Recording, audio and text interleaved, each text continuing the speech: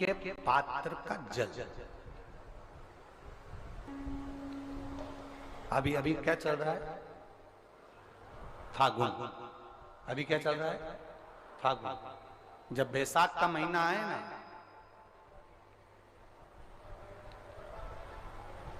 जितने यहां बैठे और जितने आस्था चैनल पर सुन रहे हो, जितने फेसबुक यूट्यूब पर कथा श्रवण कर रहे हैं, जितने मोबाइलों पर देख रहे हैं, प्रयास करना बैसाख के महीने में मिट्टी के पात्र में जो रात्रि भर जल रखा हो, मिट्टी के पात्र में अगर आपके पास में घड़ा हो, हंडा हो, नी हो, तो दिया हो, दीपक हो, कुल्लड़ हो, कोई भी तुम्हारे पास में जो मिट्टी का पात्र, उसमें जल भरना।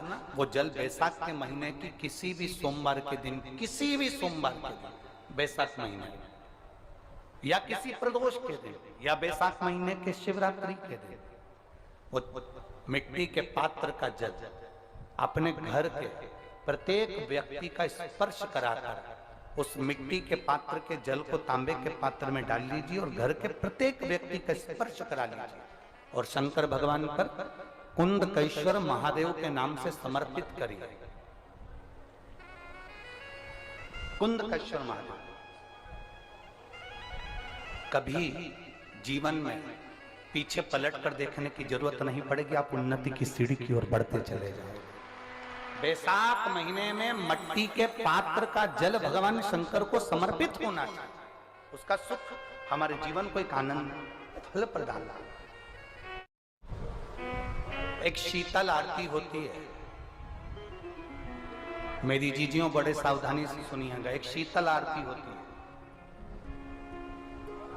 कभी अगर तुम्हारे जीवन में अगर कभी तुमको ऐसा लगे कि रोग बड़ा भारी हो चुका है और बहुत भारी रोग मुझे घेरता जा रहा है, या डॉक्टर को दिखाने जा रहे हो और तुम्हें ऐसा लग रहा है कि डॉक्टर कोई बड़ी बीमारी बताएगा, तो उस समय पर शीतल आरती का प्रयोग करें।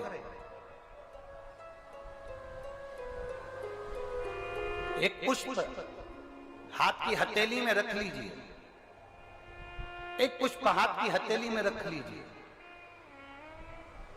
और यहां तक शास्त्र कहता है अगर हो सके तो आंकड़े का अगर पुष्प मिल जाए, तुम्हारे यहाँ क्या बोलते हैं उसको, मंदार का फूल, आंकड़े का फूल, अकौए का फूल, जो शंकर भगवान पे चढ़ता है, छोटा सा होता है, घुंघरू जैसा होता है वो, उसको तुम्हारे यहाँ क्या बोलते हैं हरियाणा में? आंख का ही पुष्प बोलते हैं। आंख का पुष्प मिल जाए तो ज्यादा अच्छा है।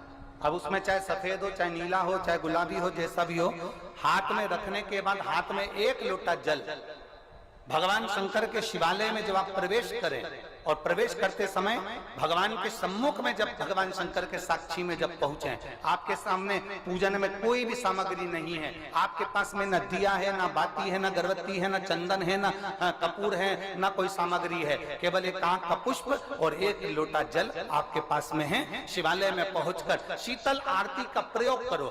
11 बार भगवान शंकर के 11 रुद्रों का स्मरण कर कर जब 11 बार शंकर के शिवलिंग के ऊपर से नीचे तक वो कलश को जब घुमाया जाता है और घुमाने के बाद वो आग का जो पुष्प है वो अशोक सुंदरी वाली जगह पर समर्पित कर कर भगवान शंकर को जो जल चढ़ाया जाता है, जो जल समर्पित किया जाता है, डॉक्टर भले तुमसे कह रहा हो कि तुम्हें बड़ी बीमारी के चांस हैं, आप जाकर एक बार चेक कराना, तुम्हें वो बड़ी बीमारी निकलेगी ही नहीं, उस रोग से तुम मुक्त हो।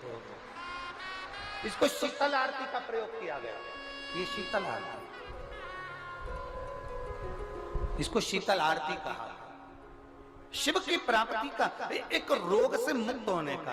अब आपसे कोई कहे कि ये शीतल आरती का प्रयोग सबसे पहले किसने करा, तो आपको ध्यान लगाना है इस प्रयोग को। सोमनाथ जी की कथा का स्मरण करिएगा, सोमेश्वर की कथा का स्मरण करिएगा। आप स्कंद पुराण में, शिव महापुराण में सोमनाथ जी की कथा का स्मरण करिएगा। चंद्रदेव को काया का रोग हो गया, रोग इतना भारी था, चंद्र समझ नहीं पा रहे थे मैं करूं क्या। जब देव ऋषि नारद के पास पहुंच गए, नारद जी ने कहा एक पार्थिव शिवलिंग का निर्माण करो, बालू के शिवलिंग का निर्माण करो।